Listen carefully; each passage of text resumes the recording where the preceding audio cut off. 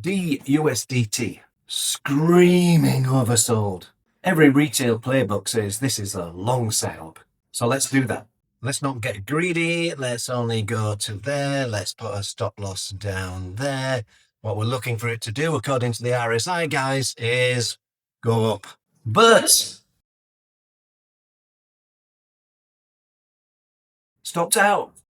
Still going. If you took this trade based on RSI, you weren't unlucky. You were missing the full picture. There was no structural reason for price to reverse. But let's look at some market context. I've reset this. Now let's look at market structure. My God, it's in a massive downtrend. And if I put on the pulse flow trend, it's been in a downtrend for 176 days. Going short's the answer, not going long. Now let's put on some other context. Moving to the hour chart. Oh, look at this. It had just broken down through 3 or 4 bullish order blocks, which are now bearish breaker blocks. So even if it did manage to reverse, it had so much resistance. I would never have taken a long here. Coin number 2. I put a yellow arrow here as to where it was actually overbought. And some would look at this and say, well, it worked. It was overbought and it went back down. But did it? Did it really? I'm just going to confuse you just for a second. It's easy to say it worked after the event, but this is what you would have been looking at when you were considering a short because it was overbought. And you would have put on your short setup here, and you'd have been looking for something down here. Let's let it play out. You instantly stopped out in the next candle. So did it go down? Long term it did. But why did it? Let's reset and do this again. Market context. We're in a downtrend. Not bad. You were trying to go short. Now look at this.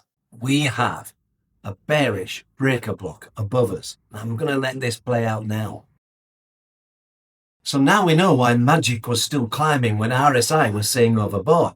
Because price had unfinished business. Right above was that bearish breaker block. A zone where institutions had left unfilled orders. Price was ignoring your RSI reading. Price was doing exactly what it was always going to do. It was making a deliberate move up to get that liquidity, to fill that unfinished business, before it turned back down. RSI could not see that. RSI never sees that, because RSI looks backwards. Order blocks look forwards. This is the difference between descriptive tools and predictive structure. RSI describes what momentum has already done. Order blocks show where institutions left unfinished business in the market.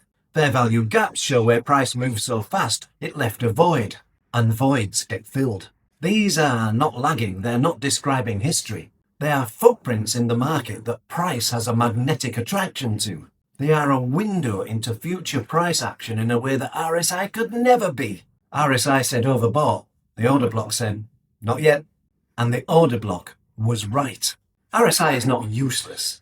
Used as context inside a proper structural framework, it has value. I have RSI divergences built into pulse flow. But as a standalone strategy, it will keep stopping you out, keep confusing you, keep you feeling like the market is working against you. And it's not working against you.